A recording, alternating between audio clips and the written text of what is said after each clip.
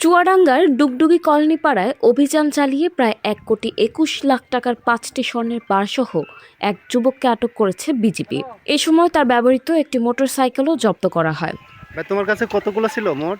রবিবার সকাল 10টার দিকে বিজিবি ব্যাটালিয়নের সদস্যরা গোপন সংবাদের ভিত্তিতে অভিযান চালায়।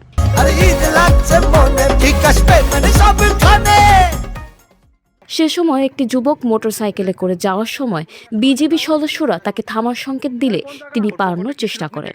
পরে ধাওয়া করে তাকে আটক করা হয়। এটা আমরা এখন খুলবো। আটকের পর তল্লাশি চালিয়ে তার কাছ থেকে আনুমানিক 600 গ্রাম ওজনের 5টি স্বর্ণের বার উদ্ধার করা হয়, যার বাজার মূল্য প্রায় 1,21,38,000 টাকা। একটি মোটরসাইকেলও জব্দ করা হয়েছে, যার মূল্য প্রায় 1,20,000 টাকা। এই ঘটনায় মামলা দায়েরের পর আটককৃত ব্যক্তি ও মোটরসাইকেলটিকে থানায় হস্তান্তর করা হয়েছে।